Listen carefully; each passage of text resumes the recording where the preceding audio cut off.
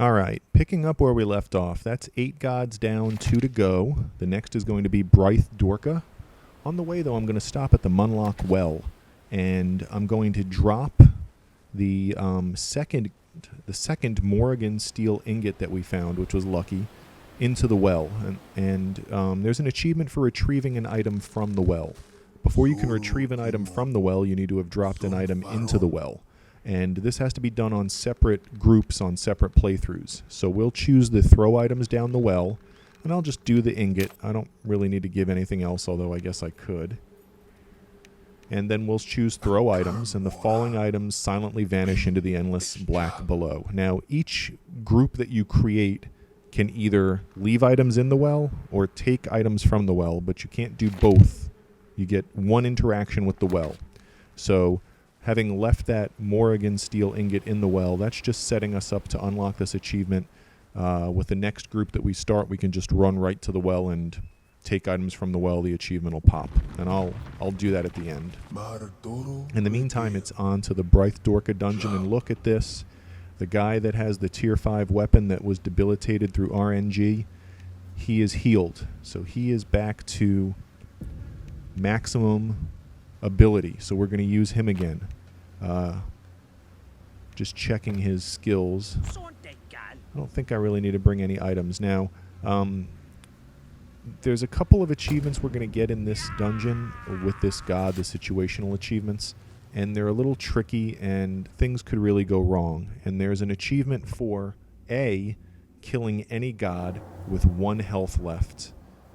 But there's also an achievement for killing this god with 1 health left. So obviously just do it here and get both achievements out of the way.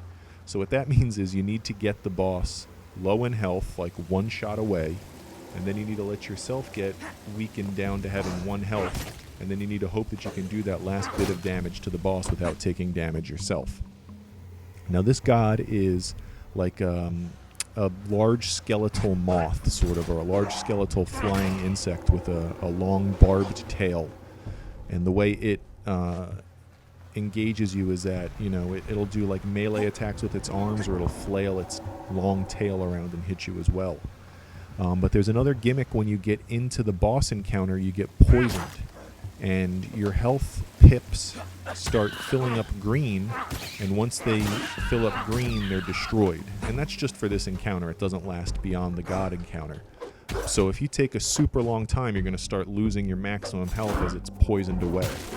But it would take a very long time to lose more than just a few, so it's almost an ignorable gimmick. Boss will also summon these slugs that you may have seen throughout some of the other levels. They'll be present in this level as well.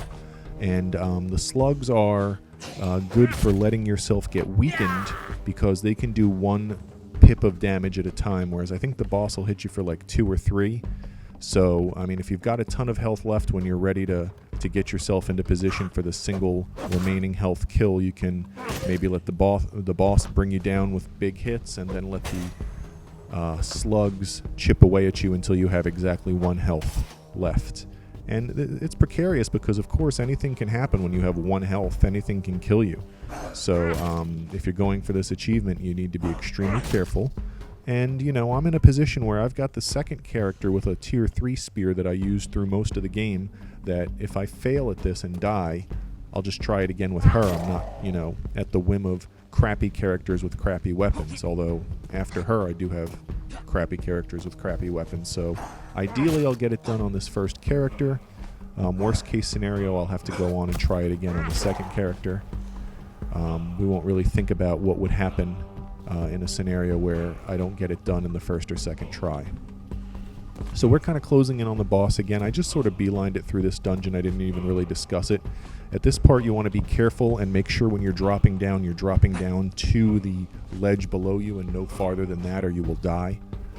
Down at solid ground. Looks like I've got increased strength for a short period. I don't know if I'm going to use that or not. And then right around this curve, you're going to go up and into the boss area. There's some of those slugs that you'll see in the boss area that can hit you for 1 pip of health. So yeah, let's just go ahead and start this with the boss. Again, I'm going to try to chip away at it without taking too much damage. And then once I get it down to like 1 or 2 pips of health, I will let myself get damage down to 1 and hopefully finish it off without issue. So you can see it's like a large, I don't even know if it's skeletal, undead, what it is, but it's like, it looks like a big insect, flying insect, and you can see its long tail that it's going to try to slash me with. And I'm just kind of jabbing away, not really worried about, parries or anything, just trying to get some damage in. Now I've got it to 4 health. I'm afraid that a strong attack will kill it.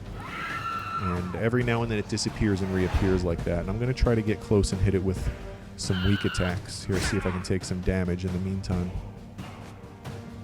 No, I'll just weaken it down. So I'm using X attacks, weak attacks now to try to get it down. And there it is. Now it's down to 1 health, so I'm going to get away. And I'm going to try to get down to 1 health myself now.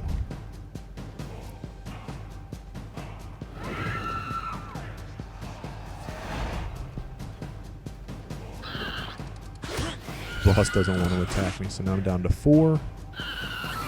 Down to 2. Down to 1. Okay, so now I do not want to take any more damage. The boss has disappeared. Hopefully he'll reappear up here, and I can run up and get him before he does anything else. And there we go, I did it. So yeah, that could go really wrong.